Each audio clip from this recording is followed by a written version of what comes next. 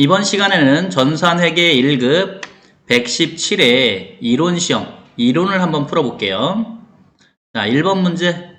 다음 중 재무상태표에 기재되지 않는 것은? 재무상태표는 자산부채 자본이죠. 그래서 개발비 무형자산, 영업권 무형자산, 연구비는 판관비예요. 성급비용 당좌자산. 그래서 답은 3번이죠. 자, 2번 문제. 다음 중 당좌자산에 해당하지 않는 것. 외상매출금 당좌자산, 바드럼 당좌자산, 현금 및 현금성 자산 당좌자산. 단기 차입금은 뭐예요?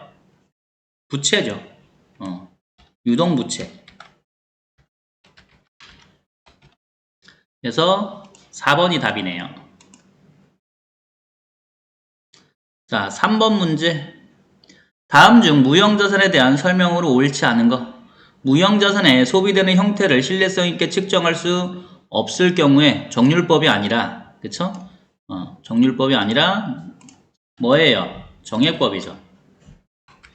정액법.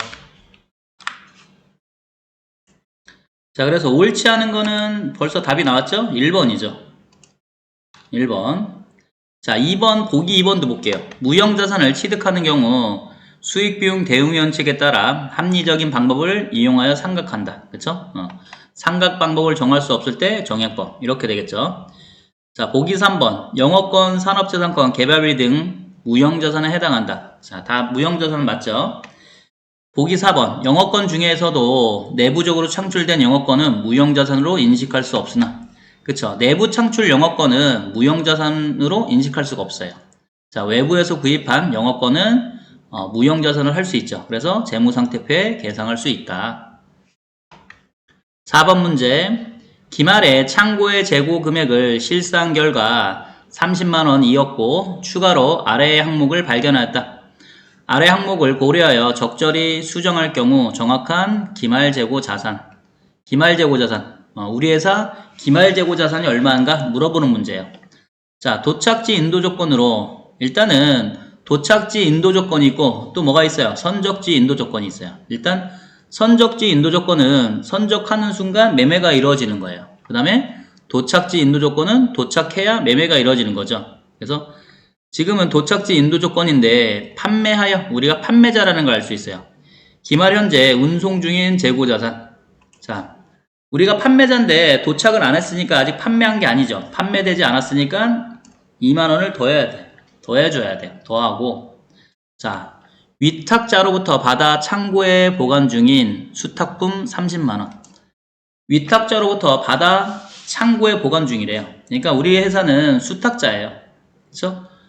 대신 팔아달라고 부탁하는 사람이 위탁자, 대신 팔아주는 사람이 수탁자인데 지금 우리는 수탁자라는 걸 알 수 있어요. 위탁자로부터 받아서 창고에 보관 중이다. 이 30만원은 위탁자 거죠. 수탁자 게 아니라. 그래서 30만원이 창고에, 여기 창고에 포함이 돼 있으니까 어떻게 해야 된다? 빼야 된다. 빼야 돼요. 그래서 30만원에서 2만원 더하고 3만원 빼면 얼마예요? 29만원 이렇게 되겠죠. 그래서 답은 1번 29만원. 자, 됐죠? 5번 문제. 다음 중 단기 매매 증권에 대한 설명으로 가장 옳지 않은 것. 자, 단기 매매 증권은 당좌자산, 그쵸? 우리 유가증권 중에 단기 매매, 매도 가능, 만기 보증권, 단기 매매 증권만 당좌자산에 있고 나머지는 투자자산에 있어요. 그래서 1번은 맞는 설명. 자, 2번. 단기 매매 증권은 주로 단기간 내에 매매 차익을 목적으로 취득한 유가증권으로서 매수와 매도가 적극적이고 빈번하게 이루어지는 것을 말한다. 자, 단기 매매 증권은, 그쵸? 상장의 회사야 돼. 그죠? 시장성이 있다는 거죠. 시장성이 있다는 걸 어떻게 표현해요? 매수와 매도가 적극적이고 빈번하다. 그러니까 시장성이 있고 단기간 내에 처분할 목적이면 단기 매매 증권. 그러니까 2번도 맞는 거죠. 자, 3번.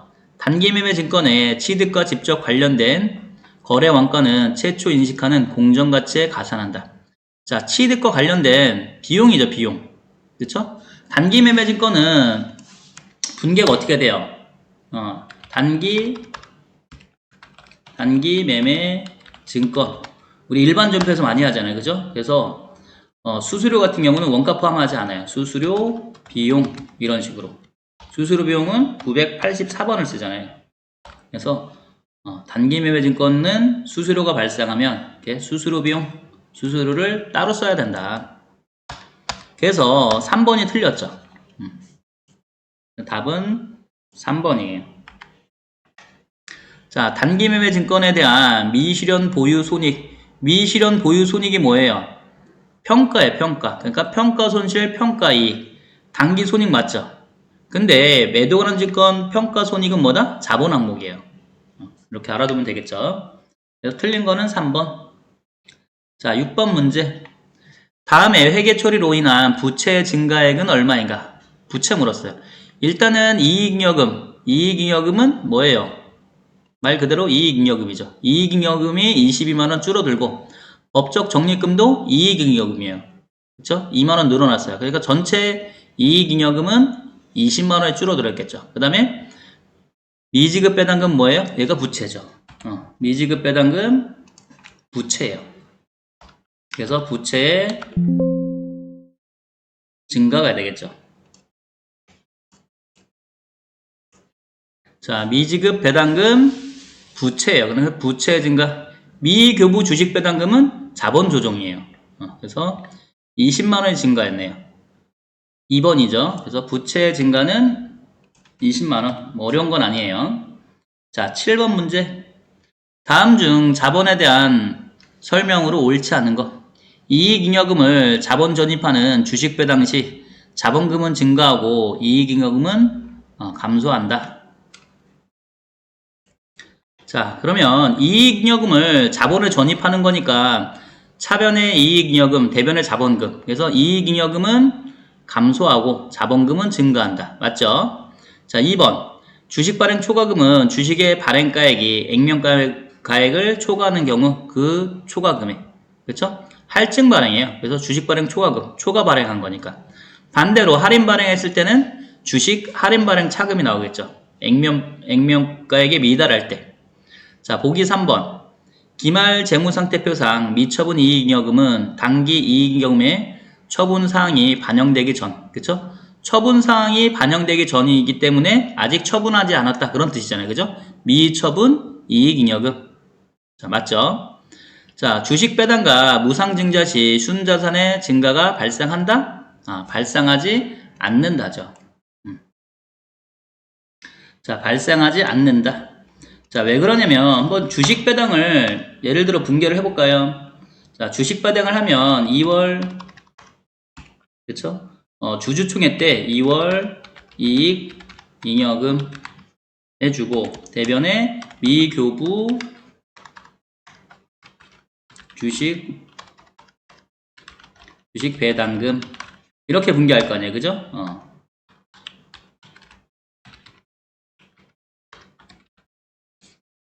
결이라고 했을까요? 주주총회 때, 그쵸? 결의, 실제, 배당 이렇게 보면 자, 그러면 차변에 미교부 주식 배당금이 없어지고 대변에 뭐가 생겨요? 주식 배당은 자본금이 생겨요. 자, 그러면 미교부 주식 배당금은 서로 상계하고 남는 게 그쵸? 2월 이익잉여금 대변은 자본금 이렇게 되겠죠. 그래서 한쪽은 자본이 줄어들고 한쪽은 자본이 증가했어요. 그러니까 순자산은 변함이 없다. 변동이 없다. 이렇게 돼야 되겠죠. 그래서 틀린 거는 4번이다. 됐죠? 자, 8번 문제. 다음 중 영업의 수익에 해당하지 않는 것. 자, 외환 차익, 영업의 수익. 자산 수증 이익도 당연히 영업의 수익. 채무 면제이익, 영업의 수익. 매출액은 뭐예요? 영업 수익이죠. 영업 수익 이렇게 되겠죠. 그래서 답은 4번. 매출이 영업 수익이고 나머지 수익이 영업의 수익이잖아요. 그죠?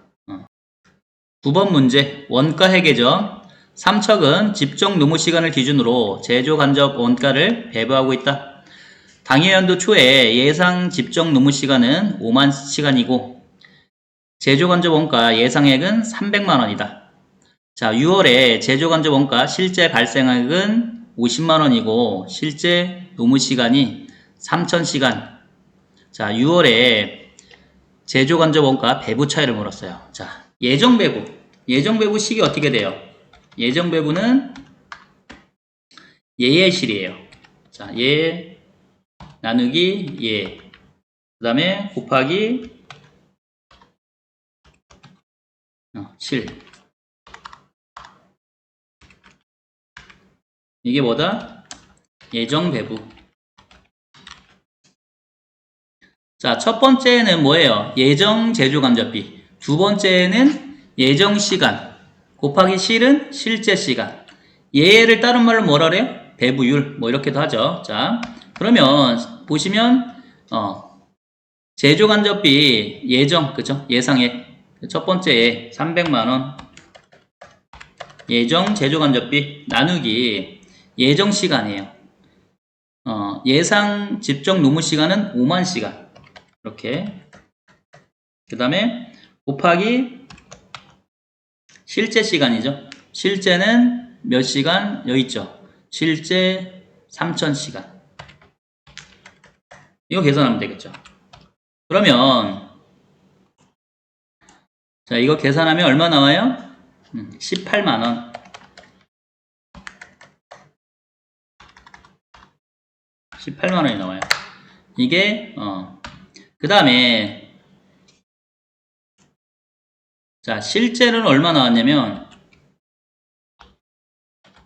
한 칸 내려서 밑에다가 실제를 쓰잖아요. 그죠? 실제는 50만 원이 발생했어요. 여기가 50만 원. 이렇게 되겠죠. 예정 때, 그죠? 예정 때 18만 원을 배부했는데 실제는 50만 원이 나왔으니까 과소배부죠. 얼만큼 과소배부했어요? 32만 원. 32만 원만큼 과소배부했다. 이렇게 볼 수 있어요. 실제보다 이렇게 생각하면 돼. 실제보다 과소배부 얼마? 32만 원.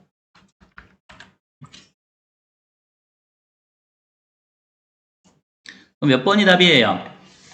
1번이 답이죠.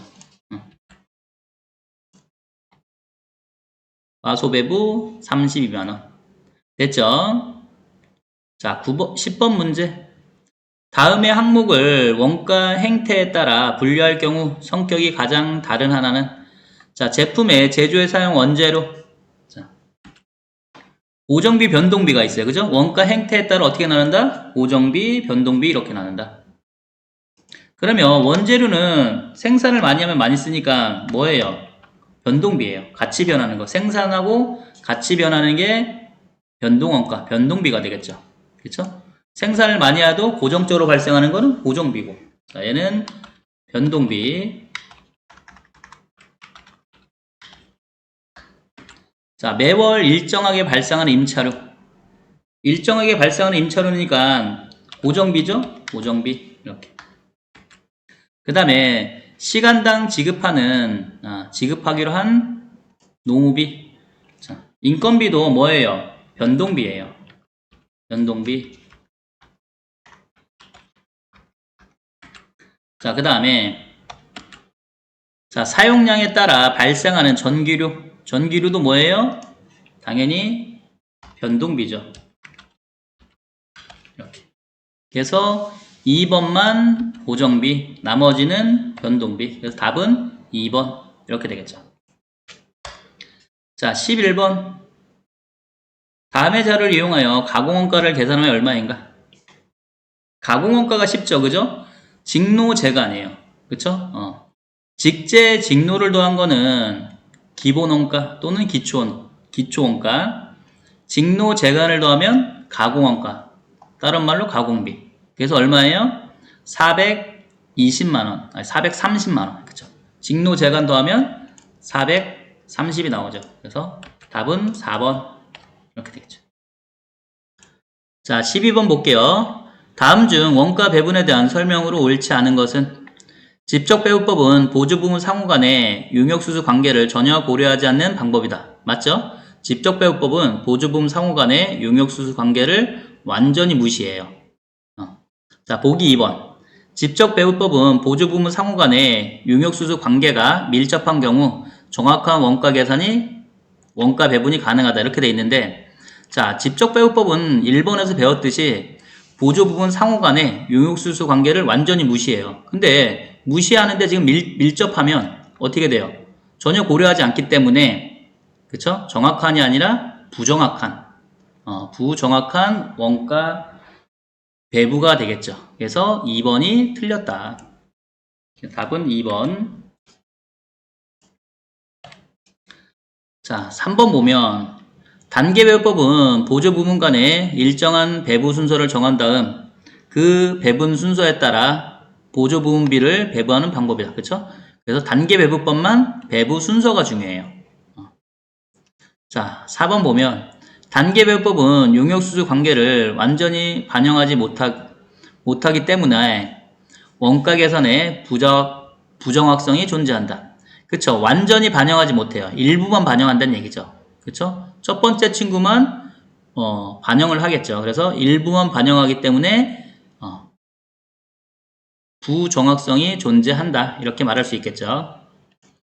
자, 그 다음 13번. 다음 중 부가세법상 면세 대상이 아닌 것은? 자, 수돗물 면세, 일반 의약품 과세죠. 미가공 식료품 면세, 책 면세. 그래서 2번이 과세예요. 2번. 자, 의약품 같은 경우는 그쵸? 처방전에 의해서 약사가 조제하는 그쵸? 그게 면세고 일반 의약품은 과세가 되겠죠. 자, 14번. 다음 중 부가세법상 재화의 공급 시기가 잘못 연결된 거. 자, 할부 판매 인도 기준 맞죠? 그래서 현금 판매, 할부 판매, 외상 판매 기본적으로 인도 기준이다. 자, 반환 조건부 판매는 조건이 성취되거나 기한이 지나 판매가 확정될 때 맞죠? 조건이 나오는 거죠. 자, 장기 할부 판매. 그렇죠? 부가세법은 단기랑 장기랑 달라요. 그래서 장기 할부 판매는 대가의 각 부분을 받기로 할 때, 수령한 때가 아니라 받기로 할 때야. 그렇죠? 그래서 3번이 틀렸고 4번 보면 폐업 시 잔존재와 폐업할 때. 그래서 3번 같은 경우는 대가의 각 부분을 받기로 할 때 이렇게 해야 표현이 맞겠죠.